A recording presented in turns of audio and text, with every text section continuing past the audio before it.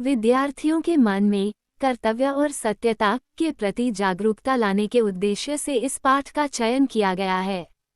कर्तव्य वो वस्तु है जिसे करना हम लोगों का परम धर्म है और जिसके न करने से हम लोग और लोगों की दृष्टि से गिर जाते और अपने कुचरित्र से नीच बन जाते हैं।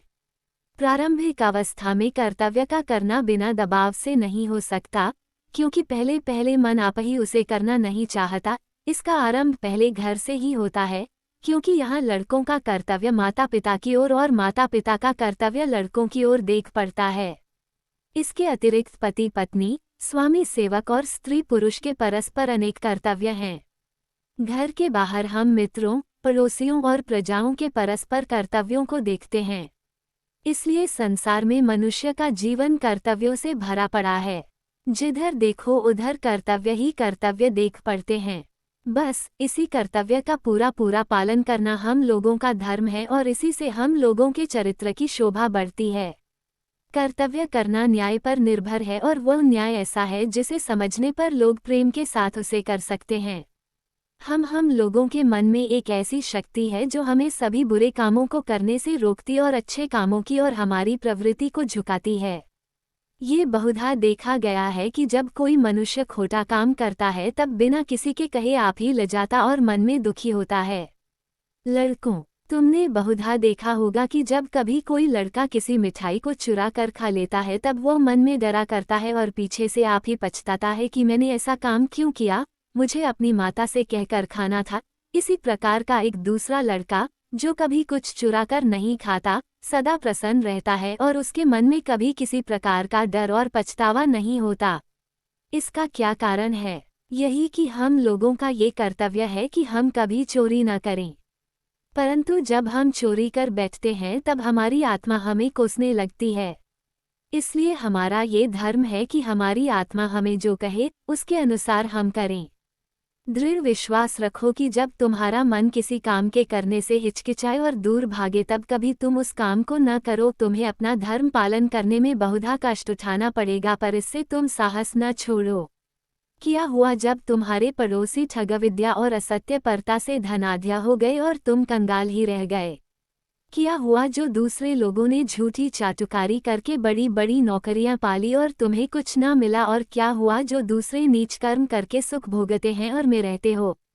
तुम अपने कर्तव्य धर्म को कभी न छोड़ो और देखो इससे बड़ आदर क्या हो सकता है कि तुम अपने धर्म का पालन कर सकते हो। तुम सदा कष्ट कर संतोष और हम लोगों का जीवन सदा अनेक कार्यों में व्यग्र रहता है। हम लोगों को सदा काम करते ही बीतता है। इसलिए हम लोगों को इस बात का पूरा ध्यान रखना चाहिए कि हम लोग सदा अपने धर्म के अनुसार काम करें और कभी उसके पथ पर से न हटें। चाहे उसके करने में हमारे प्राण भी चले जाएं तो कोई चिंता नहीं। धर्म पालन करने के मार्ग में सबसे अधिक बाधा चित्त की चंचलता, उद्देश्य की अस्थिरता और मन की निर्बलता से पड़ती है।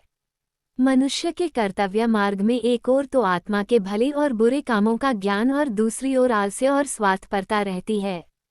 बस मनुष्य इन्हीं दोनों के बीच में पड़ा रहता है और अंत में यदि उसका मन पक्का हुआ तो वह आत्मा की आज्ञा मानकर अपने धर्म का पालन करता है।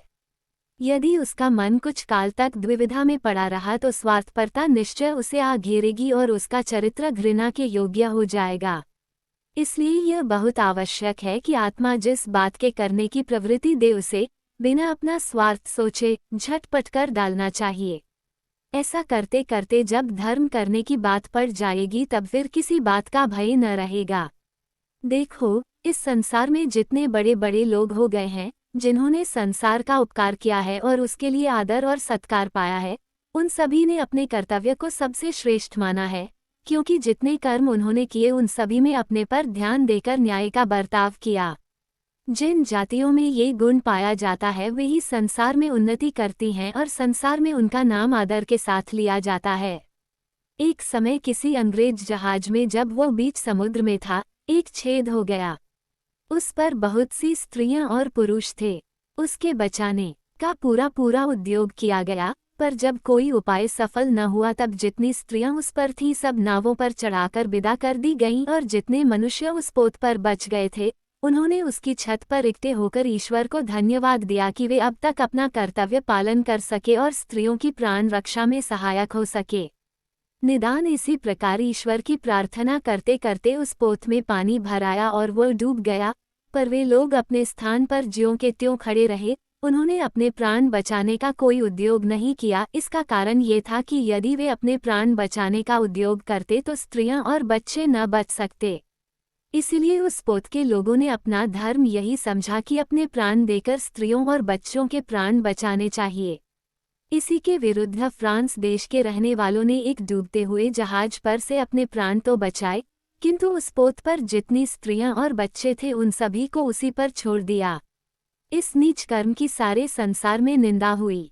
इसी प्रकार जो लोग स्वार्थी होकर अपने कर्तव्य पर ध्यान नहीं देते, वे संसार में लज्जित होते हैं और सब लोग उनसे घृणा करते हैं।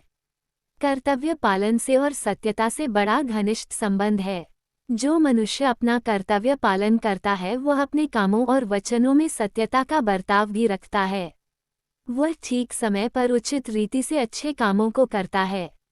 सत्यता ही एक ऐसी वस्तु है जिससे इस संसार में मनुष्य अपने कार्यों में सफलता पा सकता है, क्योंकि संसार में कोई काम झूठ बोलने से नहीं चल सकता। यदि किसी घर के सब लोग झूठ बोलने लगे तो उस घर में कोई काम न हो सकेगा और सब लोग बड़ा दुख भोगेंगे। इसलिए हम लोगों को अपने कार्यों में झूठ का बर्ताव न करना चाहिए। अतएव सत्यता को सबसे ऊंचा स्थान देना उचित है। संसार में जितने पाप हैं झूठ उन सबों में बुरा है।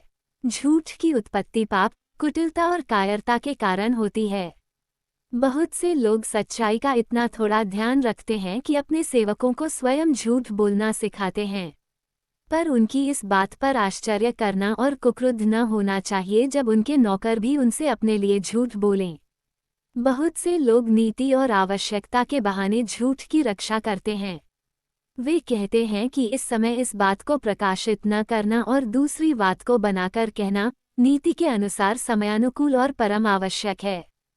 फिर बहुत से लोग किसी बात को सत्य सत्य कहते हैं कि जिससे सुनने वाला यह समझे कि यही बात सत्य नहीं वरन इसका उल्टा सत्य होगा। इस प्रकार से बातों का कहना झूठ बोलने के पाप से किसी प्रकार कम नहीं है।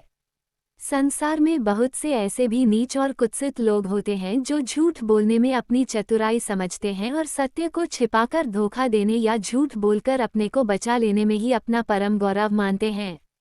ऐसे लोग ही समाज को नष्ट करके दुख और संताप के फैलाने के मुख्य कारण होते हैं।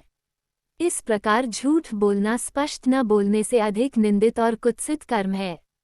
झूठ बोलना और भी कई रूपों में देख पड़ता है, जैसे चुप रहना, किसी बात को बढ़ाकर कहना, किसी बात को छिपाना, भेद बदलना, झूठ मूठ दूसरों के साथ हाँ में हाँ मिलाना, प्रतिज्ञा करके उसे पूरा न करना और सत्य को न बोलना इत्यादि। जबकि ऐसा करना धर्म के विरुद्ध है, तब ये सब बातें झूठ बोलने से किसी प्रकार कम नहीं हैं। फिर ऐसे लोग भी होते हैं जो मुंह देखी बातें बनाया करते हैं, परंतु करते वही काम है जो उन्हें रुचता है।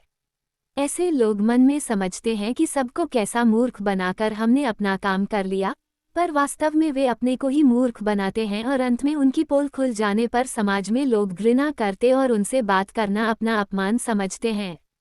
कुछ लोग ऐसे भी होते हैं जो अपने में किसी गुण के न रहने पर भी गुणवान बनना चाहते हैं। जैसे यदि कोई पुरुष कविता करना न जानता हो, पर वह अपना ढंग ऐसा बनाए रहे जिससे लोग समझे कि यह कविता करना जानता है, तो ये कविता का आडंबर रखने वाला मनुष्य झूठा है और फिर वह अपने भेष का निर्वाह पूरी रीति से न कर सकने पर दुख सहता है और अंत में भेद खुल जाने पर सब लोगों की आंखों में झूठा और नीच गिना जाता है। परंतु जो मनुष्य सत्य बोलता है वह आडंबर से दूर भागता है और उसे दिखावा नहीं रुचता है। उसे तो इसी में बड़ा संतोष और आनंद होता है कि सत्यता के साथ कर्तव्य पालन कर सकता है। इसलिए हम सब लोगों का ये परम धर्म है कि सत्य बोलने को सबसे श्रेष्ठ माने और कभी झूठ न बोले, चाहे उससे कितनी ही अधिक हानि क्यों न होती हो। सत्य बोलने ही से समाज में हमारा सम्मान हो सकेगा और हम आनंद पूर्वक अपना समय बिता सकेंगे, क्योंकि सच्चे को सब कोई चाहते और झूठे से सभी घृणा करते हैं। यदि हम सदा सत्य बोलना अपना धर्म मानेंगे तो हमें अपने कर्तव्य के पालन करने में कुछ भी कष्ट न होगा और बिना किसी परिश्रम और कष्ट के हम अपने मन में सदा संतुष्ट और सुखी बने रहेंगे।